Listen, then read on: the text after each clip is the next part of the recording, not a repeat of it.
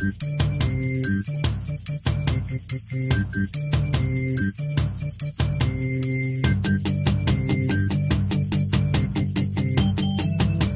know where the internet is going, you have to know where it's been. Every episode will examine the sites, terms, and personalities that have defined the online world. So strap on your chrono belts, time cadets. It's time to take a trip to the Old Wide Web.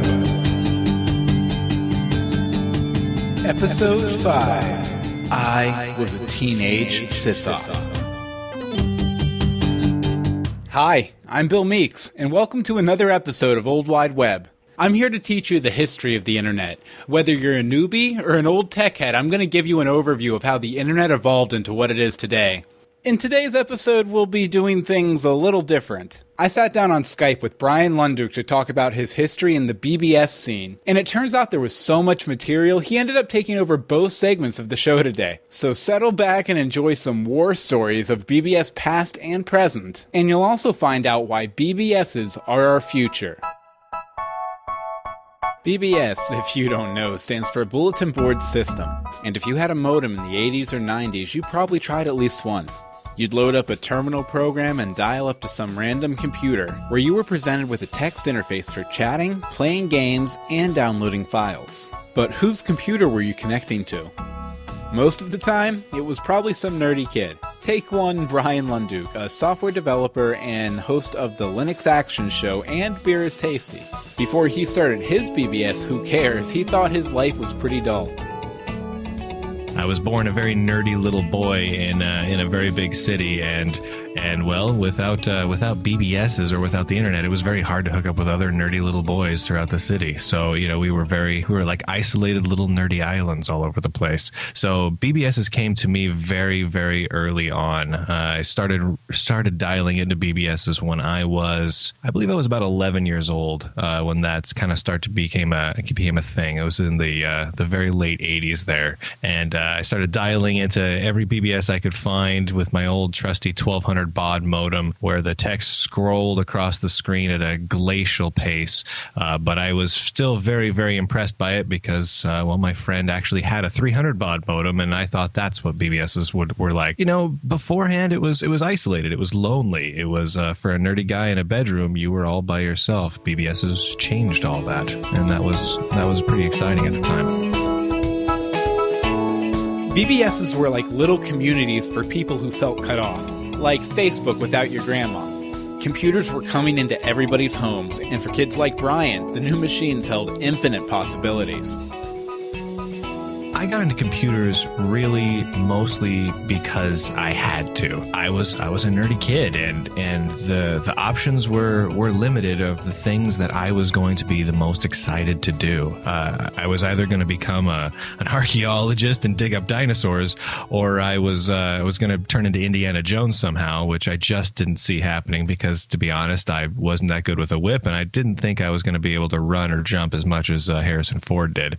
So I had to become a computer nerd. I mean, it was there, and it had to be tinkered with, no matter what was in front of me. I had a friend with a Commodore 64 when I was a kid, and of course I didn't have one because, you know, my parents were cheap and not computer nerds. So we were a computerless family for many years, and that friend of mine in this about the mid 80s had a Commodore 64, and it was amazing. It was stellar. It changed everything for me. So when we got our first, x86, we got our first 286, big old herking monolith of a rig, big giant gray rectangular box with literally a power switch that was a giant red lever on the side that to turn on, you pull up and it would just go cha-chink and clang into place. And the whole thing would whir to life, take about 2 minutes to boot up, despite the fact that it was just booting into a very old version of DOS. And it was amazing. It was awesome.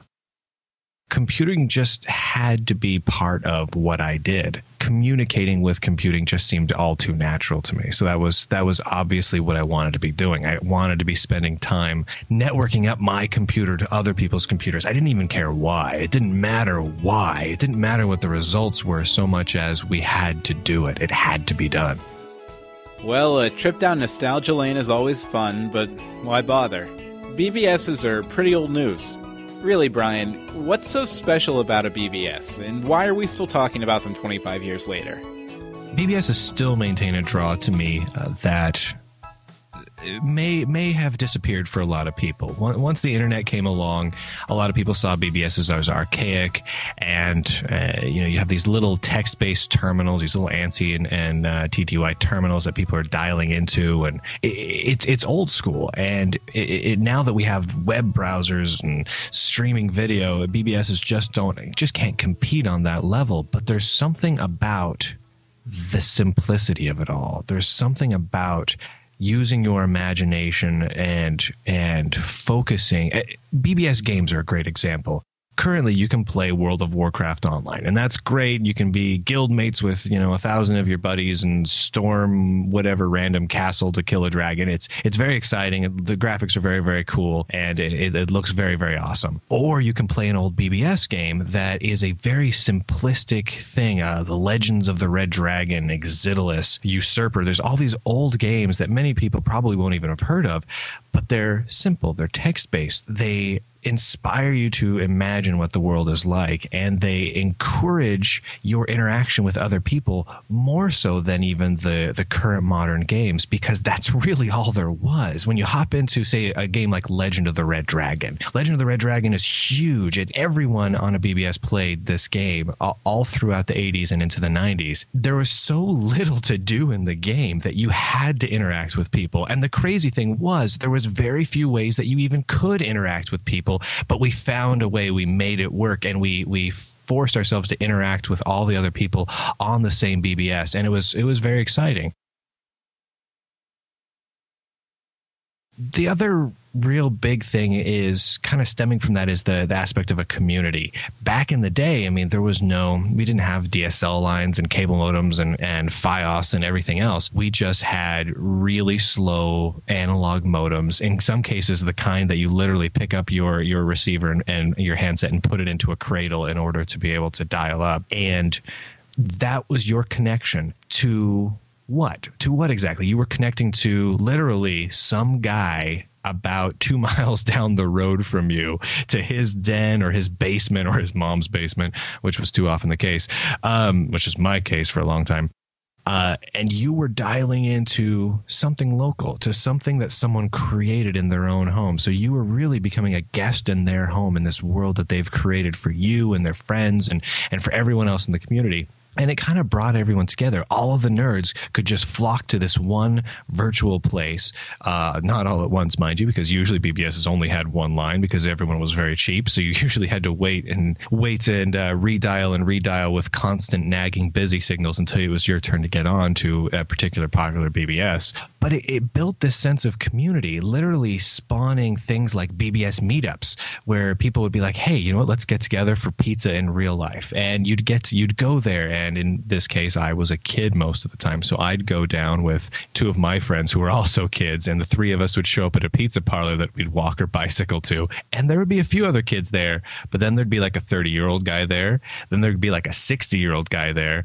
And everyone would have very long beards except for us. It was very interesting, but everyone was very nice. Everyone was very nerdy, and everyone was very supportive of each other. And it built these great little nerdy communities kind of throughout the U.S. and Canada. It was just a very, very cool time. Cool. And when you were talking about Legend of the Red Dragon there, that was always my favorite game, just because like if you got on the right BBS, they had all the different mods for it. Oh yes. Oh heavens yes. And those games, like Legend of the Red Dragon, kept Bryan committed to the BBS scene, so much so that he decided to start up his own. I wanted to start my own BBS because, for one, I hated waiting to get onto the other BBSs. I wanted to actually get on whenever I wanted to get on. And 2, it was like a power trip, man. It was being able to host your own BBS. People were calling in. They wanted to play your instance of Trade Wars or Legend of the Red Dragon or Barren Realms Elite or whatever games they wanted to be playing. They were calling in to play your hosted version of that game. And you had all of the system operator tools, all the Sysop tools were there at your command to edit player accounts, edit the game, make it your own, cheat if you want to, which I tried not to, but I was a kid. Of course I cheated a little bit, so that was really a lot of it. It was a power trip. It was the ability for a young nerdy kid to take control of a domain, make it completely his own, and people bowed to you. It made you feel godlike. It made you feel in control. And while it was nerdy and it was purely imaginary, it was still a really, really cool time. So that's really what drew me into it originally. Once I got going, it became the creative side of things. It became the excitement to build a virtual world that was really my own, both graphically and look and feel wise, to exactly what features are there, to the games I wanted to play, to building the kind of community that I wanted to have around. I fostered an environment where the people that I would like to chat with or like to play games with would be encouraged to call back. And so it would make a friendly, enjoyable, supportive environment that, as a nerdy little white boy, you might not necessarily get at school all the time. It started out as a real power trippy thing, and it just kind of became a way to have a supportive, creative environment. And then after a while, it became a thing that I did, and it's hard to just stop doing it.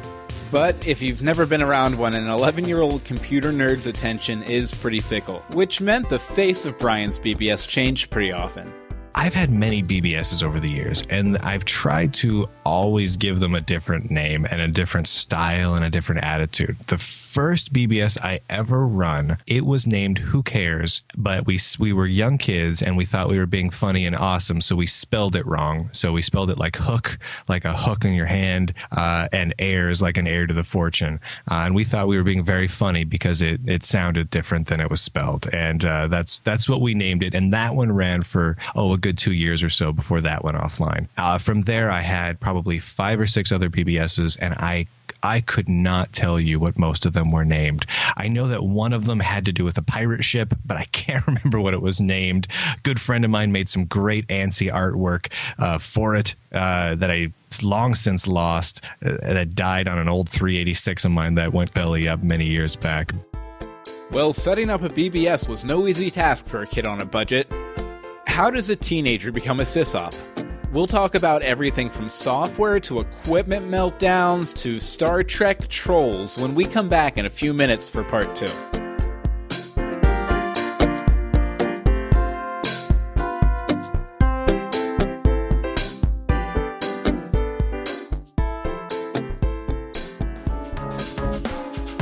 Meeks Mixed Media offers video, animation, web design and programming, motion graphics.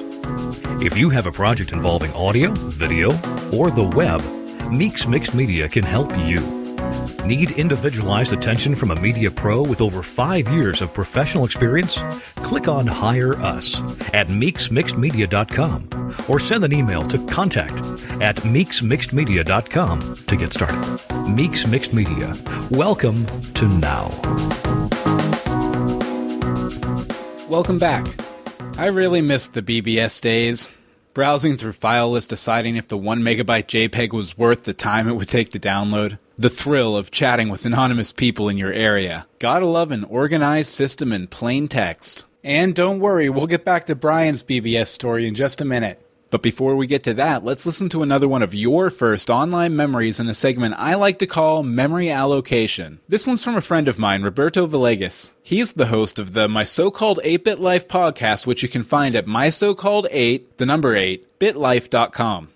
He actually recorded this for me while I was on the podcast as a guest, so you can actually hear this whole thing unedited along with the rest of the episode. It's episode 21 of My So-Called 8-Bit Life. And for the curious, I also appeared in episode 4. Downloading memory, processing complete, dispense memory. My earliest memory of the internet was I I think I don't even know how old it was. I was definitely young. And we didn't even have Windows. I was on a DOS shell. I remember logging into this system and playing this puzzle game online. At least, or like what I thought, at least what I would know would be online. It was a paintball game and I was lagging. I couldn't have a connection. Literally the connection was 9600 baud. For that time, it was fast, and that's saying something. But I remember, and it was funny because they would charge you by the hour, and they would actually charge you extra if you played the game. And somehow my parents let me play the game the first time. And, I played it for a bit and totally lagged out, and I couldn't play it anymore. I remember that always being in my head, like, wow, this is awesome. This is really amazing. And this is kind of cool. I'm playing a game with other people, and they're not even in the room anymore. They're not even in the room with me. This is cool. I think my parents found out and kind of freaked out that I was doing it and stopped me from doing it, and I was kind of mad. Beyond that, I remember, in the 90s, I was part of this thing called, how was it, Future Kids or something like that, where I did like web conferencing before like web conferencing was even like a term. And I was doing video conferencing over a Mac, a Mac 9. And we were video conferencing with some guy in California. We're in Michigan. And I was like, oh my God, this is awesome. So for sure my earliest memory is Prodigy, but the memory that stays in my head more is definitely that first time that I saw video conferencing and seeing what that meant and how that worked out, and being just able to talk to somebody that was clear across the country and seeing a video of it on a computer. And that was just amazing to me. To know that where we've gotten now definitely adds for just the amazement of how we've gotten to this world. I mean, I'm always aware that I live in a world now that if I want to, I can call somebody in Europe over Skype. And if I want to, we can turn video on. And that I'm able to stay connected with anybody I want to at any given moment, at any given time, is so much more interesting of a world than I could have imagined. And to know that I got to test a lot of that stuff out early was something so magical back, in the early days that's, kept me on this big giant web. Like, I'm always aware of what world I live in and what world I'm in. Everything I'm doing now, my younger 8-year-old version of me would just be, wide-eyed and amazed.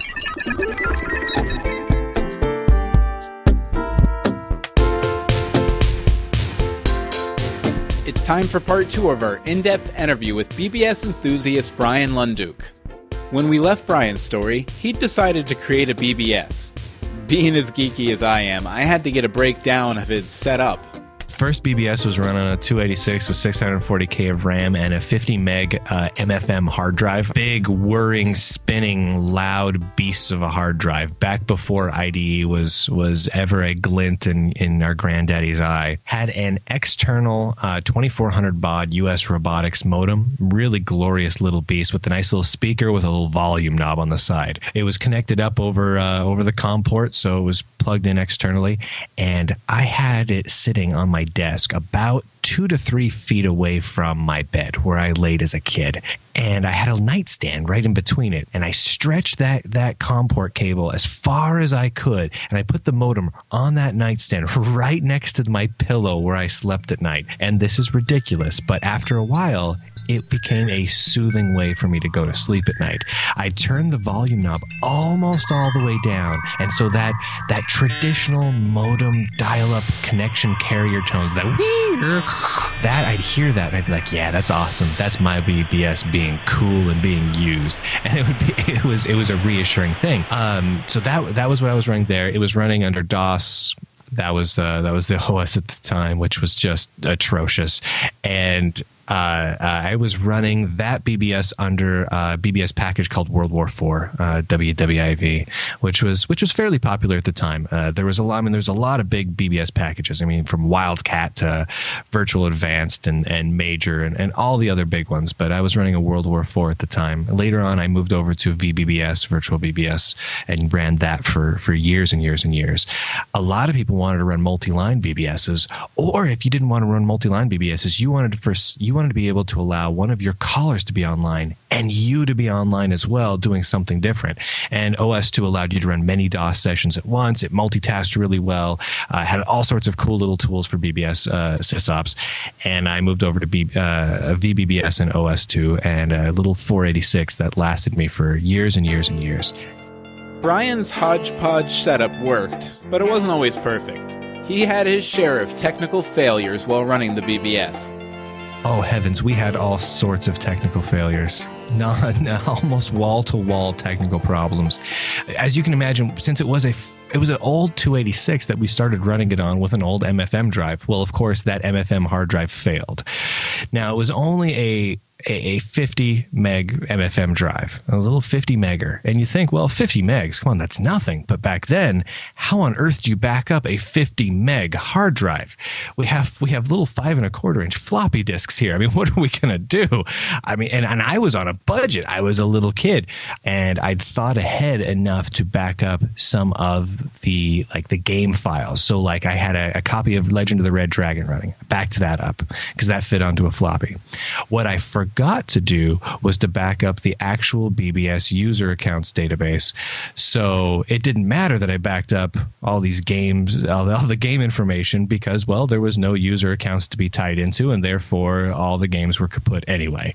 So when that drive failed, that was a devastating moment. But you know, it's those moments that force you to upgrade into hardware, right? So I got my first IDE drive after that, and that was pretty exciting. And it wasn't much bigger, but it was way too expensive, and I had no more money after that for about a year. But we were back up and running again.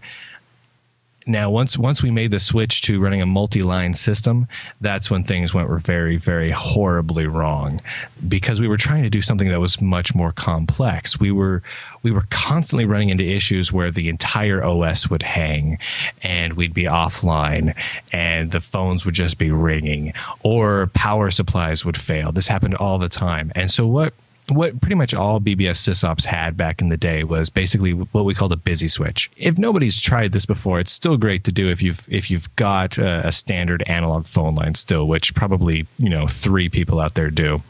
Is you take a little phone jack, you take a little phone cord, cut it, strip it at the end, and take the little 2 wires that stick out and twist them together, and then plug them right back into whatever phone jack you want, and ta-da, the circuit is busy. Anyone who calls it will just simply get a busy signal, which, if you're running a BBS, is way, way better than it just ringing and ringing. Because if people get a busy signal, they try again, they get excited, they want to call back to the super busy BBS. If it just keeps on ringing, they assume the BBS is down.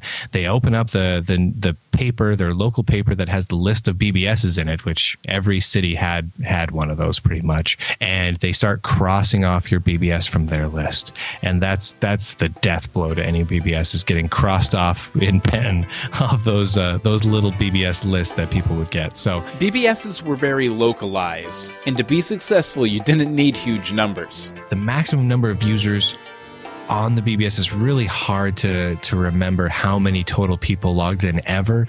But in a day, honestly, the most popular time we had, we'd be talking maybe 25 calls per phone line, whether it was a single or multi-line system. And that was about as popular as it ever got. I know some of the really big popular systems out there, the big popular BBSs, they'd manage more than that. But, we were just kids.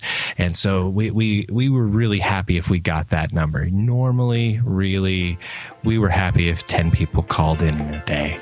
But more is always better. And Bryan assumed that what he liked about BBSs, mainly the games, would attract even more callers.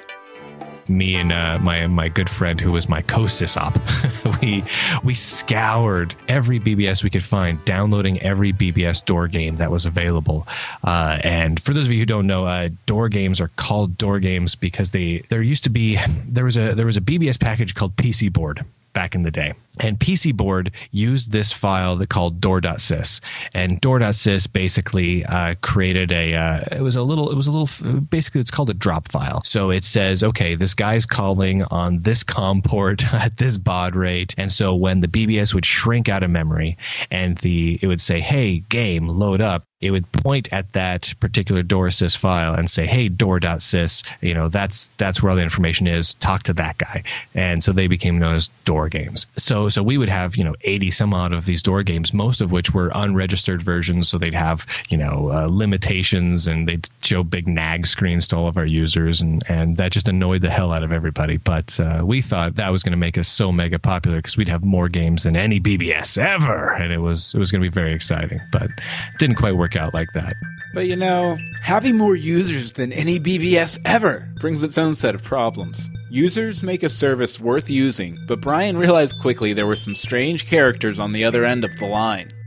We had a couple of people that called in that were our friends. These were people we knew or went to school with or had become friends with through the BBS. And they were great. They were kids our age or within, 5-6 years of us. And it was a lot of fun. Then we'd have some old guys who wanted to have philosophical discussions. And then they'd go into the message board, and we had at the time a couple of message networks that we were part of, which a little backstory on that, things like FidoNet we were a part of, which FidoNet was really just like, I don't know, it's almost like you could picture it like Usenet, only BBS to BBS. Basically, you have a bunch of message forums, and they were all interconnected and synced up between all these BBSs every night at midnight. And these older guys would hop in, and they'd want to have these philosophical and political discussions, not knowing that the people filling up the BBS were between the ages of like 12 and 17 on average.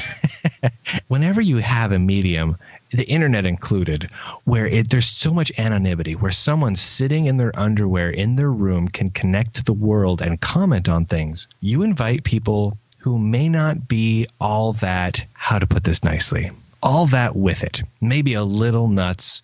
You have a wide variety of people who wouldn't normally be like socially the most comfortable. They wouldn't be comfortable out in social situations. But in this situation, they're very comfortable. What you get was people that just acted just crazy, combined with people who were taking it seriously, combined with kids who were just making fun of everybody. And you had a horrible, volatile situation where people ended up just yelling at each other after a while. We had one lady who was a really big Star Trek fan. And whenever she felt like someone disagreed with her, she would log into my BBS and every other BBS in town and leave page after page after page of Star Trek themed, basically flame wars, where she would pretend to be the captain of some strange vessel and she was yelling at some other person because they did some imaginary Star Trek thing against her. And I'm a big Star Trek fan, but even in that, I was like, okay, this is a little nuts. You get that sort of thing, but that was part of what made it colorful and fun. And it was part of the culture almost. We ignored that stuff most of the time, and most of the time it wasn't a problem, but it still kind of made it exciting and fun and interesting. But regardless of how many Star Trek role players you have, time marches on, and as Bryan got older, he found he had less and less time for his BBS. I put the final nail in the coffin of the final BBS I was running back in the day, the old classic dial-up system, because I felt they were dead and I felt that BBSs were no longer needed. And it was sad to see it go. I loved it and had fun with it, but I felt, hey, the internet's really taken off when it was going to be a big deal. And that's what I did. I mean, I was a software developer, and I mean, obviously I was not going to make my living at this point building BBS software. That just wasn't going to happen. And no matter how much I thought it would be super cool if I made $1 million making BBS software, I mean, that never really happened for that many people anyway. And I immediately regretted it for years and years. And I tried to replicate the experience of BBSing through, massively multiplayer games, dialing into MUDs a lot. I did a lot of telnetting into multi-user dungeons that would be running around places, which, in many ways has many of the same experiences that you find on a BBS, but not quite. It was just some similarities.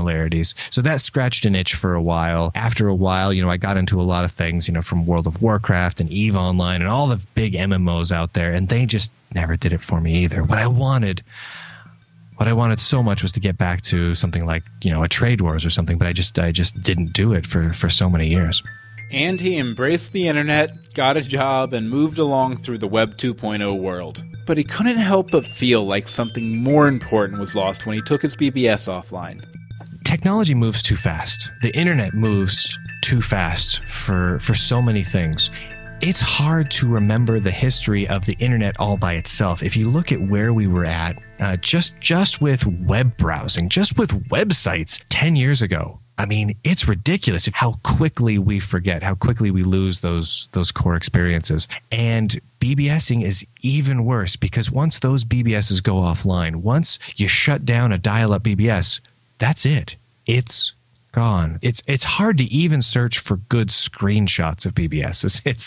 It's a difficult thing. It goes away, and it's such a critical part of our computing history. And I'm a big computer history guy. I collect and repair vintage arcade equipment, and like this is something that I feel passionately about. So what I wanted was to put up what was essentially a museum / homage. What I loved most about BBSing, put back online in a way that doesn't require my constant intervention, in a way that is low on resources, so I can just put it off to the side and let it run and let people really enjoy it for what it is, and give people the opportunity to not just relive those days, but to remember what exactly about BBSs was so great. And then, almost more importantly, the kids, who are a bunch of script kiddies who never played around with a BBS before. This gives them the opportunity to see what their forebears were doing.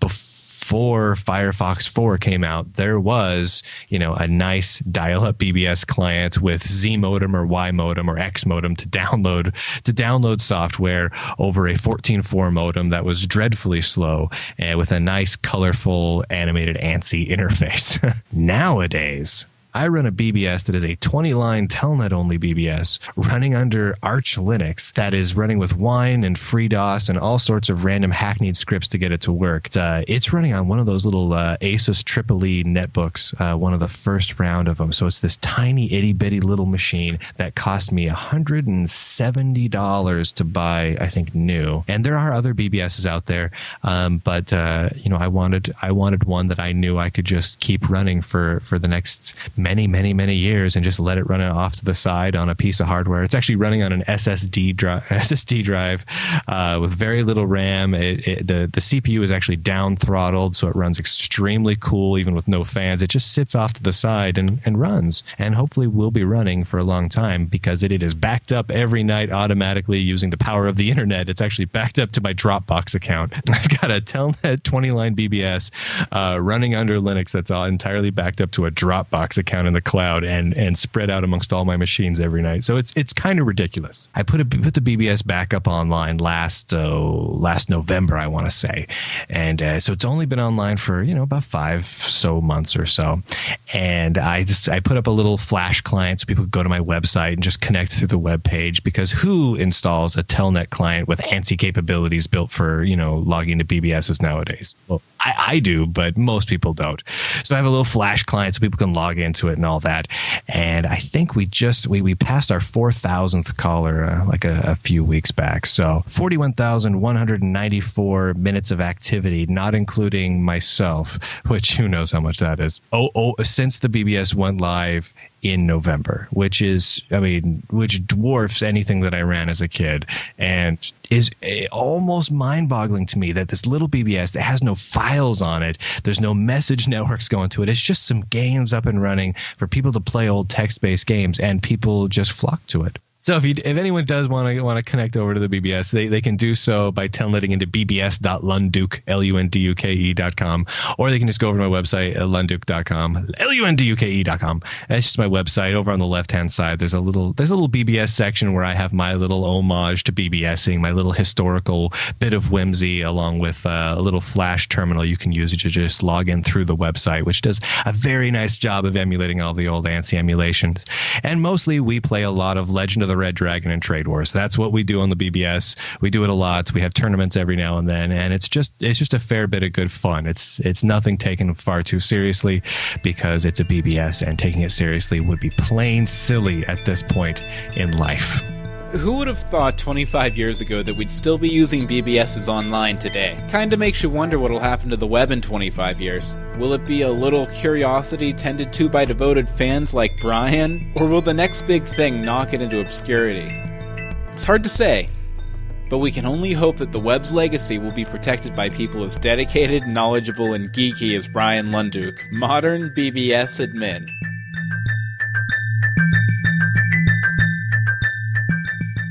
Bryan's website is lunduke.com, and you can follow him on Twitter at Bryan Lunduke. Bryan spelled with a Y.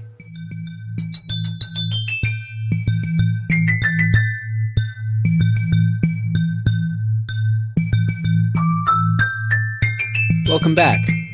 I want to take a second to talk to you about one of the most important text files ever published online anywhere. It's called The Conscience of a Hacker, and it's also known as the Hacker Manifesto, and it's the statement of purpose for hackers, white hat and black, It was written in January of 1986 by a computer security hacker who went by the name of The Mentor, and he was a member of the hacker groups Ecstasy Elite and Legion of Doom. Now, the Hacker Manifesto, I mean, if you were a BBS kid or anywhere on the internet in late 80s, early 90s, you knew about the Hacker Manifesto. It was this and the Anarchy Cookbook, basically, were the two must-have documents you needed to download. It's also shown up in a lot of popular culture. It was featured in the movie Hackers. There was a copy of it in the CD case for the computer game Uplink. And the author himself, The Mentor, actually gave a reading of it at a conference called H2K2. I'd like to go ahead and read a little section of it for you if I could. This is our world now. The world of the electron and the switch. The beauty of the baud. We make use of a service already existing without paying for what could be dirt cheap if it wasn't run by profiteering gluttons, and you call us criminals. We explore, and you call us criminals. We seek after knowledge, and you call us criminals. We exist without skin color, without nationality, without religious bias, and you call us criminals. You build atomic bombs, you wage war, you murder, cheat, and lie to us and try to make us believe it's for our own good. Yet we're the criminals. Yes, I am a criminal.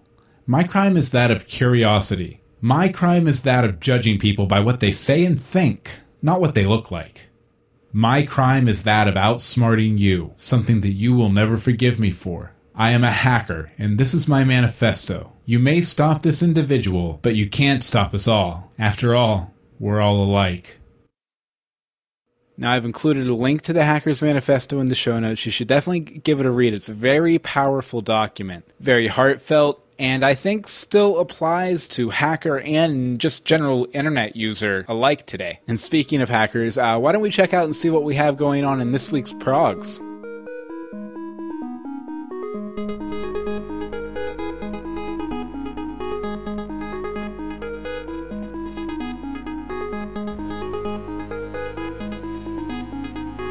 Dude, check out my sweet progs. And we're back with another illuminating edition of Progs. I have another 2 Progs for you this week. First off, if you listen to our brief history of the internet, you remember me talking about Gopher, which was basically the World Wide Web before the World Wide Web. Well, not a lot of people know this, but there's still a great archive out there of Gopher material. If you want to take a look through all this old material, a lot of it's still relevant, at least from a historical perspective. You can go to bit.ly/Gopher archive, and you'll come to the Floodgate Gopher HTTP gateway, where you can search by keyword. You can go down through the levels of the domains to find stuff that is interesting to you. And overall, just a really great tool if you want to check out some of the old Gopher stuff. My second prog isn't necessarily internet related, but it's just too cool not to mention. This is a guy's personal website. The website's michaelv.org. And basically the way he set this up, it's a Windows 3.1 emulator. Now, it's not pitch perfect how Windows 3.1 was to navigate, but you can play Minesweeper. You can open up Notepad, type in a document, and save it to your hard drive. You can also browse the internet using the internet browser, and you can actually go to any website through here, although, if you go to a modern website, it's going to look modern. It won't look like it would have on Windows 3.1. One of the really cool things is when you go into the individual programs and go to File Open, or if you open up the command prompt and type dir to get a directory listing, it's all of the various things for his website, his photos, his blog, etc. So a very cool website design, and also a very fun way to relive the glory days of Windows 3.1.